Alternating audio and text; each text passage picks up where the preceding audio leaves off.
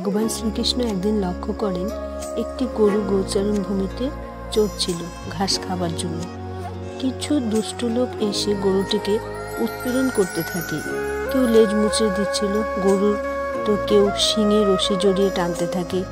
কয়েকজন আবার অতি আমোদপ্রিয়, তারা গরুটিকে ঢিল ছুটছিল। কিন্তু গরুটি সমস্ত অত্যাচার নিশ্চুপে সহ্য করতে থাকে।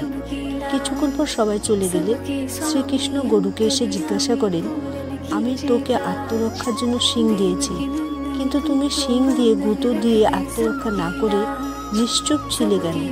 তখন গরুটি বলেন, হে আমার প্রিয় সখা, তুমিও তো যখন পুতনা তোমাকে বিশালা দুধ খাইয়েছিল তখন তাকে মায়ের স্থান দিয়েছিলে, আর এই মনুষ্য জাতি রোজ আমার দুধ পান করে। আমি তাদের আমার দুধ পান করিয়ে মা হয়ে গিয়েছি। এখন তুমিই বলো প্রভু, আমি আমার সন্তানদের ক্ষতি কি করে করি?